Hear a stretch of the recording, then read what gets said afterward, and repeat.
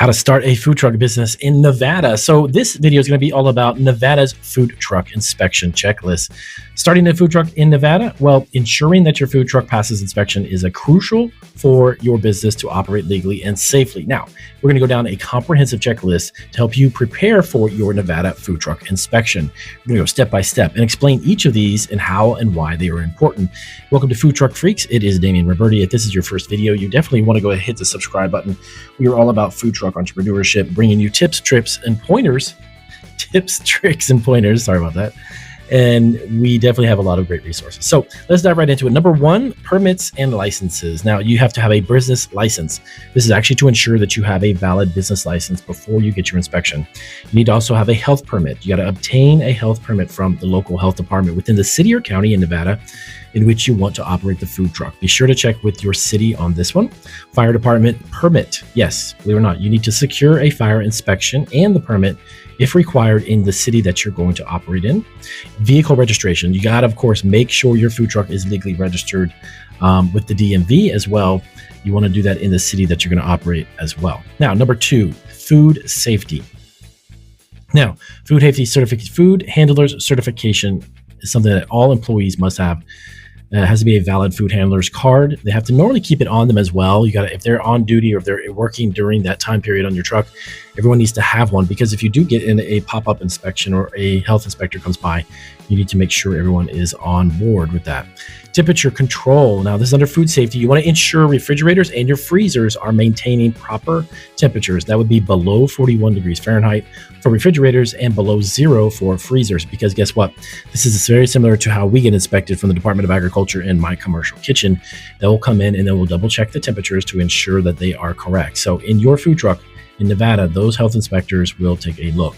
Thermometers. You need to provide accurate and calibrated, very important, calibrated thermometers for monitoring your food temperatures.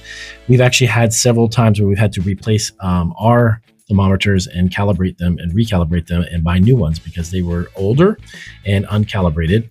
A lot of times when it does that, you will have the wrong readings and wrong temperatures on your thermometers. Okay. Next one up is their food storage. So store food at least 6 inches off the ground and separate from raw and cooked items to prevent any cross-contamination. That's actually very similar to how commercial kitchens and commissary kitchens also do it. You have to have the food off the ground. You can't have it even in your food truck. You can't have it sitting on the floor, of course. Food protection. Make sure you use covers and shields to protect food from contamination. This will be during storage or even service periods on your food truck. Number three, equipment and utensils. Now, this is really super important. A lot of food truck owners who are new overlook this, and you can get actually checked off on the health department inspection when they do this. But approved equipment. Make sure all equipment must be NSF certified or equivalent to that. Okay. Sanitization. Sanitizing. Yes, have a 3-compartment sink for washing, rinsing, and sanitizing utensils and your equipment. Now, this is a no-brainer because you actually can't even, like for our commercial kitchen, I couldn't even open until my 3-compartment sink was in. And that is for everyone basically who deals with any type of food prep, but of course, food trucks as well. Now, hand washing station. Now, you want to ensure that you have a dedicated hand washing sink with hot and cold running water, soap, and paper towels. This is also another one that we have in our own commercial kitchen. We have to have a separate hand washing sink. That's something to keep in mind as well. Utensil storage. You need to also store utensils properly when they're not in use, either in a clean or dry area or place in the food and or handle extended out. Okay. This means that the food handles themselves have to be extended out. That ensures that they're going to stay sanitized and clean. Number 4, water and waste. Now, potable water supply. Now, maintain a clean and adequate supply for your potable water. When they come and inspect that, they're going to take a look for that as well. Wastewater disposal. Also, you want to properly dispose of wastewater into an approved sewage system. That's normally done every single day at the end of your work shift at your commissary kitchen where your food truck will be anchored. Waste storage. Now, use leak-proof or covered containers for waste storage and dispose of trash regularly. Of course, you're going to have trash throughout the day, but when you get an inspection at the end of the day or even early, you want to make sure everything is clean, emptied out, and ready for the new day. Number 5, all right, cleaning and maintenance. Now, you have to have a cleaning schedule. This is actually a very, very good idea. You want to implement a regular cleaning schedule for all surfaces, equipment, and storage areas. Now, this is something you need to get your employees, if you happen to have employees, get them on board and make sure they understand this is what you expect of them. Have it in some type of a booklet or even a binder. So every single day, things can be checked off on a regular basis. So it is a system that ensures everything being clean. Pest control, yes, believe it or not, insects, roaches, ants, bugs, things do happen on food trucks. You want to ensure that the truck is free from pests and have measures in place to prevent those infestations, because if you happen to have an inspection by the health department and they want to check you off, and if it's either done monthly, 6 months, or every year, they see any trace of that, they're going to have a big problem with that, trust me. Hood and ventilation. Now, make sure you have a clean hood and ventilation system regularly to prevent any grease buildup, which could actually prevent fires. That becomes a fire hazard when the grease vents are not cleaned properly. So do check that out. When I actually ran and operated several fast food businesses when I was in college, we are constantly cleaning those vents. So you want to make sure you do it on your food truck as well. Next one up, number 6, fire safety. Now, of course, fire extinguisher. You want to make sure your food truck is equipped with a properly charged Class K fire extinguisher.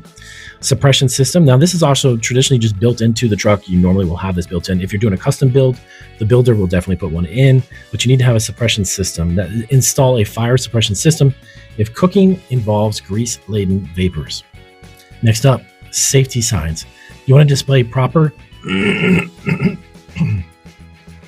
safety signs for the fire extinguishers and any emergency exits. In case something happens, you want to make sure your team, your employees know where to go. Number 7, operational safety. All right, so lighting. You want to ensure that you have adequate lighting in all areas of your food truck. This actually is good for everything, obviously, from preparation of food, serving it adequately and safely, to making sure your employees know where they are in the truck and they can step safely without having to worry about seeing things. Non-slip mats. Use non-slip mats. We actually use these as well. These actually help to prevent any accidents in our kitchen. Our commercial kitchen is loaded with non-slip mats. This makes sure that also it's very comfortable to, if you're on your feet a lot during the day. Many of these mats are pretty thick and rubber-like, so that rubber actually allows you to be more comfortable in the food truck, but there's also a safety reason too. First aid kit. Next one up, have a fully stocked first aid kit accessible. This is also just a common sense thing. It's always good to have in case someone cuts themselves or you have to disinfect something or clean something. Always a good thing to have. Number 8, documentation. Inspection reports. So you want to keep the copies of all your previous inspection reports on the truck. Remember, you can't necessarily put them in your office. If you have an office at home, you have to have it on your truck or where it is. Like in restaurants, they have them in a specific file or a drawer somewhere in the restaurant. Same thing for food trucks. You want to keep them on the unit itself. Next one up, SOP. Maintain written standard operating procedures for all critical operations. This is a no-brainer. This actually makes sure everyone who is on board, your employees, yourself even, that there's a specific standard of operating, and those procedures are followed always to keep everything uniform from cleaning to food prep to food service. Make sure you've got that too. Next one up, maintenance logs. Keep logs of equipment maintenance and cleaning schedules. Definitely another thing, like I mentioned before, you want to have a binder with all of this on there. You can do like separate little subject binder separation papers. And each one of those little binders, you can actually have those too. It's very, very simple, but you want to maintain that also. Last but not least, just in general requirements. Okay, truck, obviously cleanliness. You want to ensure that the entire food truck is clean and free of any debris. If you do get an inspection that could be just a pop-up inspection or an unexpected one, you want to be on top of that. And your service windows. Make sure your service windows should be, of course, screened or equipped with any type of air curtains to prevent pests and stuff from coming in while you're parked at an event and you're serving food. So that is a good recap of Nevada's state regulations in regards to food truck inspections. By following this checklist, you can actually ensure that your food truck is ready for inspection and, of course, meets all Nevada state regulations. Proper preparation not only helps you pass inspections, but also ensures the safety and satisfaction of your customers. If you have any questions about this, let us know down in the comments section. And again, this is your first video here on Food Truck Freaks. Definitely check out all of the additional resources in the description section. We have a ton of stuff there and even another website and our podcasts. I'll see you on our next video.